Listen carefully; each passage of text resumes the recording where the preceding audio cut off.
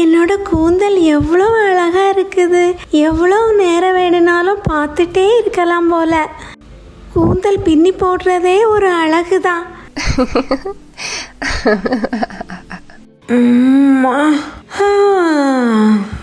செம தூக்கம்.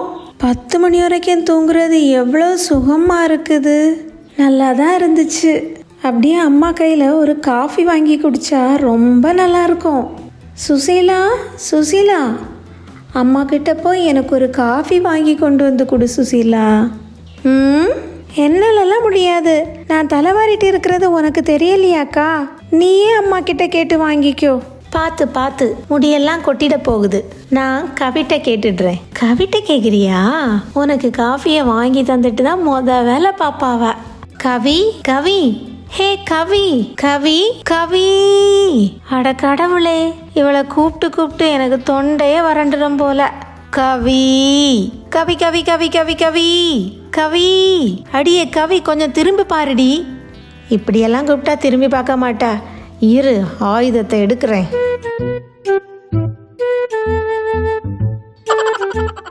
அக்கா, என்னக்கா உனக்கு என்ன பிரச்சனை? எதுக்கு இப்படி பேப்பரை தூக்கி என் மேலே எறிகிற? நான் சீரியஸாக மொபைலில் ஒரு சீரியல் பார்த்துட்ருக்கேன். ஏன்க்கா இப்படி டிஸ்டர்ப் பண்ணிட்டு இருக்க? சரி, கோவப்படாத. அமைதி. அது அம்மா கிட்ட போய் எனக்கு ஒரு காஃபி வாங்கிட்டு வாடி செல்லும். காஃபி எல்லாம் ஒன்றும் வாங்க முடியாது. நானே சீரியஸாக சீரியல் பார்த்துட்டு இருக்கேன். நீ வேணா போய் வாங்கிக்கோ. இந்த அவமானம் உனக்கு தேவையா வாணி? இதுக்கு மேல பொறுக்கவே முடியாது. வயிறு வேற சத்தம் போட்டுட்டே இருக்குது. அலாரத்தை ஆன் பண்ண வேண்டியதான். அம்மா எனக்கு காஃபி வேணும். அம்மா எனக்கு காஃபி வேணும். எதுக்கு இப்படி சத்தம் போட்டுட்டு இருக்க வாணி? காஃபி தானே, இந்தா. தேங்க்ஸ்மா. இதை மட்டும் நல்லா சொல்லுமா. வீட்டுக்கு மூத்தவ தானே, கொஞ்சம் பொறுப்பா இருக்க வேண்டாம்? சீக்கிரமா எழும்புனா அம்மாவுக்கு கொஞ்சம் உதவியா இருக்கும். 11 மணி வரைக்கும் தூங்குறது எங்க போய் முடிய போகுதுன்னு தெரியல. நல்லா கேளுங்கம்மா, நல்லா கேளுங்க. அப்பதான் அக்கா சீக்கிரமா எழும்புவாங்க. நான் கேக்குறதெல்லாம் இருக்கட்டும். ஆமா, நீ என்ன 2 மணி நேரமா கண்ணாடி முன்னாடி இருந்து அப்படி என்னதான் பண்ணிட்டு இருக்க? ஒன்னும் இல்லம்மா, அது ஹேரை மெயின்டைன் பண்ணிட்டு இருக்கம்மா. நல்லா மெயின்டைன் பண்ணுவா. ஆமா, இவன் என்ன அங்கேயும் இங்கேயும் நடந்துட்டே இருக்கா? ஓ, கையில மொபைல் இருக்குதா? கவிமா, கவி நான் கூப்பிடுறது கேக்குதா இல்லையா? காதுல ஹெட்போனை மாட்டிக்கிட்டு இருந்தா இடி விழுந்தா கூட கேட்காது. அம்மா என்ன செய்றீங்கம்மா? ராத்திரி தூங்கும் போது போனு, சாப்பிடும் போது போனு, கக்கூசுக்கு போகும்போது கூட போனு. கூடி சீக்கிரமே காது வெடிச்சிரும். எனக்கு பிறந்த அந்த 3 ஏன் இப்படி இருக்குதுன்னே தெரியல. என்னைக்கு தான் புத்தி வருமோ தெரியல.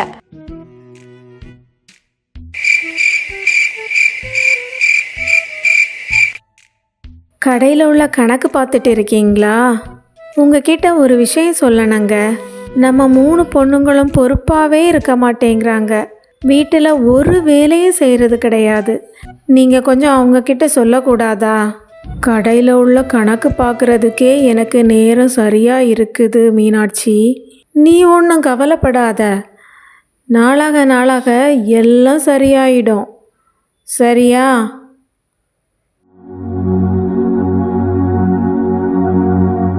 மார்க்கெட் வரைக்கும் போயிட்டு வரேன்.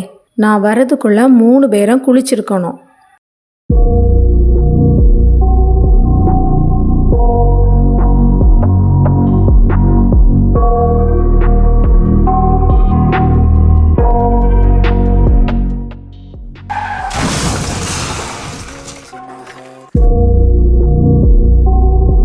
ஐயோ கடவுளே, என்னால் இந்த கையை அசைக்க கூட முடியலையே. தலையை திருப்பினாலே தலை வலிக்குதே. இடுப்பெலும்பு உடஞ்சே போயிடுச்சுன்னு நினைக்கிறேன். என்ன மாதிரி வேலை செஞ்சுட்டு இருந்தேன், இப்படி படுத்த படுக்கையா ஆயிட்டனே. இனி இந்த வீட்டை யார் பொறுப்பாக பார்த்துடுவாங்க? ஐயோ ஆமாம்மா, என்ன பார்க்காதீங்க. என்னால் ஒரு வேலை கூட செய்ய முடியாது. என்னாலேயே முடியாதும்மா. அடுப்புக்கு முன்னால் நிற்கிறத நினச்சாலே எனக்கு விசர்த்து கொட்டுது. என்னாலேயே ஒரு வேலை கூட செய்ய முடியாது. என்னங்க, எனக்கு உடம்பு சரியாகிற வரைக்கும் ஒரு ஹோட்டலில் 3 வேளைக்கும் சாப்பாடு வாங்கிடுவோம். தொந்தரவே இல்லைங்க. ஐயோ அம்மா, எனக்கு ஹோட்டல் சாப்பாடு ஒத்துக்கவே செய்யாது. நான் ஹோட்டல் சாப்பாடு சாப்பிடவே மாட்டேன். 3 பேரும் கொஞ்சம் பேசாமல் இருக்கீங்களா? நானே ஏதாவது ஒரு முடிவு எடுக்கிறேன்.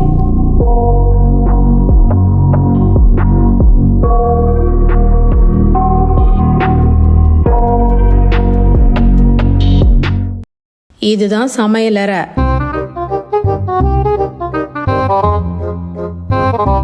உனக்கு எது தேவையோ என்கிட்ட கேட்டுக்கோ. சாப்பாடு மட்டும் நல்லா இருக்கணும், வீடு நல்லா சுத்தமாக இருக்கணும், சாப்பாடும் ரொம்ப சுவையாக இருக்கணும். சரியா?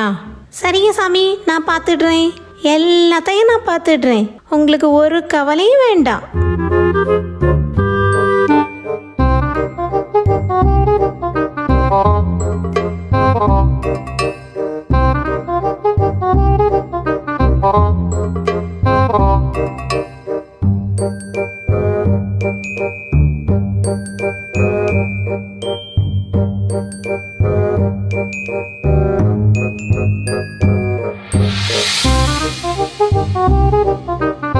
ஹே சுசிலா, சாப்பாடு ரொம்ப ருசியாக இருக்குதுல்ல? ஆமாக்கா, சாப்பாடு ரொம்ப ருசியாக இருக்குது. ஹே ராமு, உன்னோட சமையல் ரொம்ப பிரமாதம். இது என்ன பிரமாதம்? இதை விட ஸ்பெஷல் ஐட்டம் ஒன்று இருக்குது. கூடிய சீக்கிரமே நீங்கள் பார்க்க தானே போறீங்க.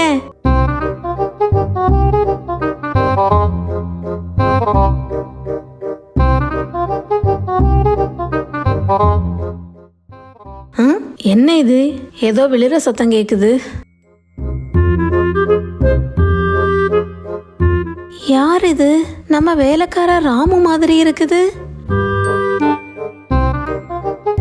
என்ன, ராமு நகை பெட்டியை துறக்குறான்? ஐயையோ, என்னோட 10 சவரன் நகையை எடுக்கிறானே. ஐயையோ, யாராவது வாங்க. வாணி, சுசிலா, கவி, ஓடி வாங்க 3 பேரும். என்னங்க, திருட்டு நடக்குது. திருடேன் திருடேன் திருடேன் திருடேன், ஓடி வாங்க ஓடி வாங்க, திருட்டு நடக்குது. திருடேன் திருடேன், ஓடி வாங்க ஓடி வாங்க, திருட்டு நடக்குது.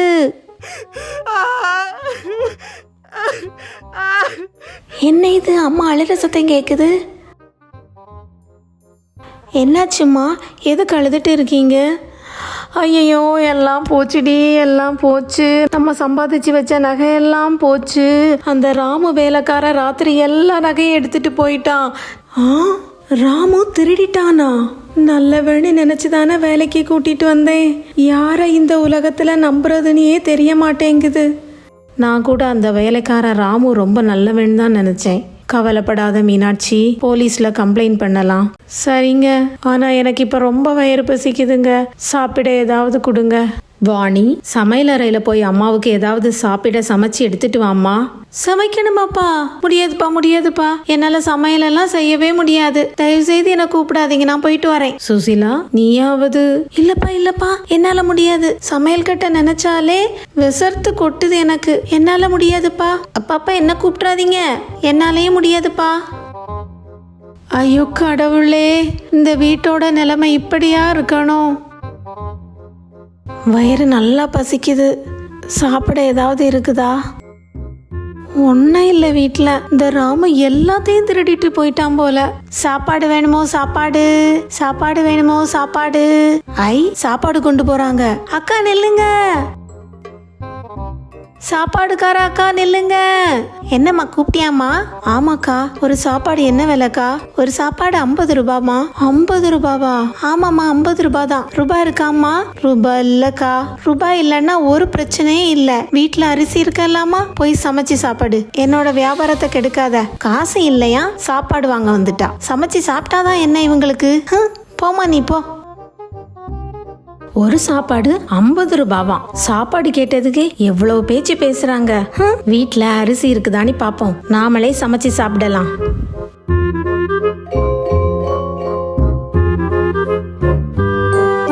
என்ன, நம்ம வாணி அக்கா சமையல் அறையில நிக்கிற மாதிரி இருக்குது. என்ன பண்ணிட்டு இருக்காங்க? அக்கா, என்ன பண்ணிட்டு இருக்கீங்க? பார்த்தா தெரியல உனக்கு. நான் சாப்பாடு சமைச்சிட்டு இருக்கேன். சாப்பாடு சமைக்கிறீங்களா? சீக்கிரம் சமைங்கக்கா, எனக்கு வயிறு பயங்கரமா பசிக்குது. இந்த குடை நிறைய தண்ணி பிடிச்சிட்டு வா, அப்பந்தான் சாப்பாடு கிடைக்கும். சரிக்கா.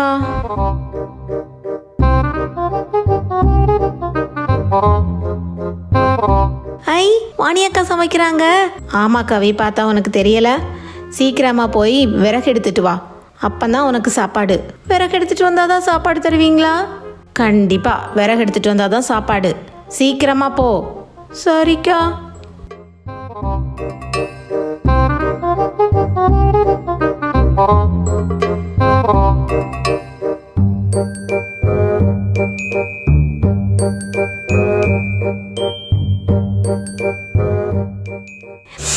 நல்ல வாசனை வருது.